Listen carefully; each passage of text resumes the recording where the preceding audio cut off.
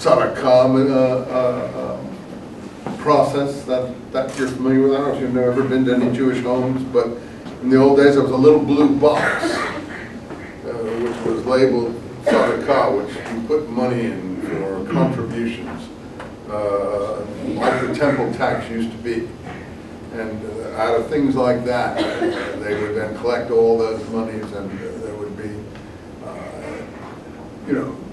this UJA and different organizations like that would send a certain amount of money to old folks' homes, a certain amount of money to social welfare things, a certain amount of money to this Zionist Congress, if you like, to help purchase them.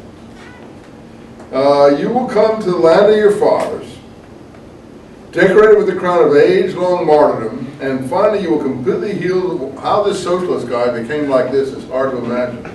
From all your ills, your capital will again bring the wide stretches of barren land under cultivation. Perfect visionary, he sees it all. Your labor and industry will once more turn the ancient soils to fruitful valleys. Now compare this with the Reformed Jewish program, which is developing at the same time as this. Which would be more attractive to a young Jewish person? How would they be able to relate to the Reformed Jewish program?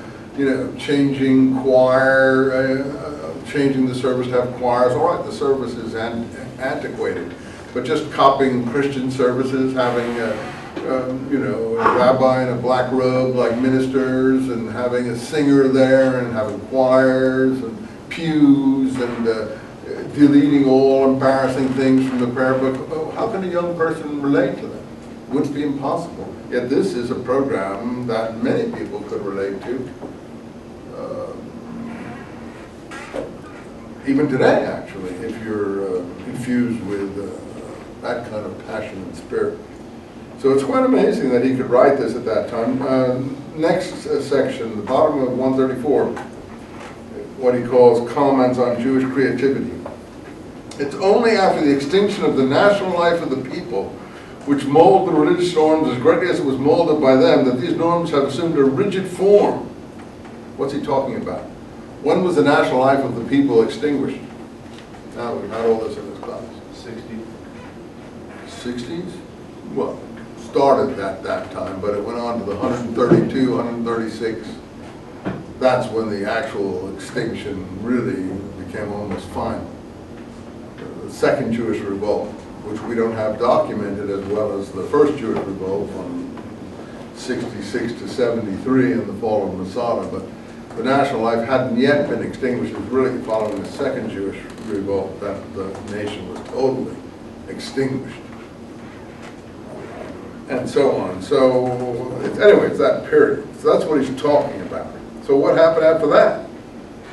When did this rigid form that he's complaining about, what we now call Orthodox Judaism, develop? In the rabbinic materials following that. That's what he's complaining about, the Talmud. That's what he's complaining about. Not the poetry of the Old Testament. He's complaining about the Talmud. That's what, he won't call it that, but that's what he considers. I mean, Mendelssohn's making excuses for it, and this is why the religious Jews, to some extent, were anti-Zionist, because they felt that they should wait. Now, today, religious Jews are very Zionist. Yeah, after 6 million of them were basically immolated.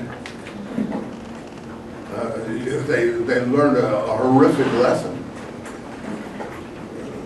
That they couldn't just sit back and pray.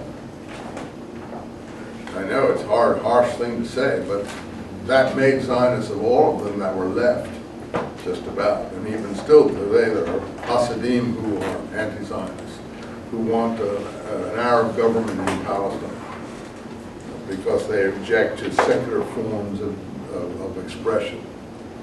There's a big fight in Jerusalem going on today on the gay pride parade that was supposed to take place in Jerusalem, but there would have been so much riots from religious people that they put it over into a stadium instead of down the main streets.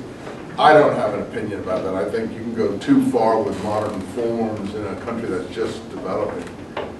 I think you can have a gay pride in LA and in New York and places like that, but to start, introducing a whole other issue into the Jerusalem matter when it's already complicated enough. I think that's probably pushing things beyond what people can deal with at the moment. So, Tel Aviv, they have that kind of thing, which is a fairly secular city down on the coast, but in Jerusalem it's probably a bit much for people to be able to handle. So I'm not surprised that they finally pushed it out to a football stadium to try to sort of,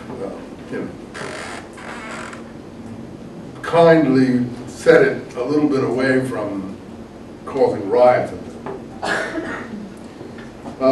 When the free current of national historical development, that almost sounds like fascism, you see, national historical development. And there is a streak of National Socialism that does start to run through a lot of these national movements in Europe, not just here. Look, Hungary, Mussolini, this famous poet in Italy who was known for that kind of tendency. He was the national poet of Italy. I can't remember his name now, but he was a very, very famous Italian poet. It'll come to me what his name is. And a lot of these countries, so this is, and Menachem Begin, later on in his real life, was accused of people of being this kind of person. His nationalist Herut party that developed in the 40s under British occupation. And his predecessor, who we'll read in this class, hopefully we get there, Zev Jabotinsky, they accused him of a kind of Jewish, not Nazism or fascism, but extreme nationalism. Extreme nationalism. And the labor people were against it. This is right-wing nationalism. The labor people were, labor Zionism was for, just secular, work the land, according to socialist principles Zionism.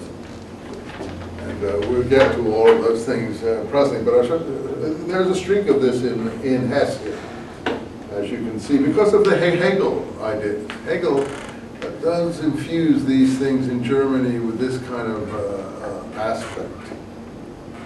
You can push this way too far, as we saw in Germany in the 20s and 30s of the last century. You see this spirit which will create new things. No one can foretell the form and shape. The spirit of the regenerated nations will assume, well, in Germany it assumed something horrific. As regards their religious expression, especially with respect to the Jewish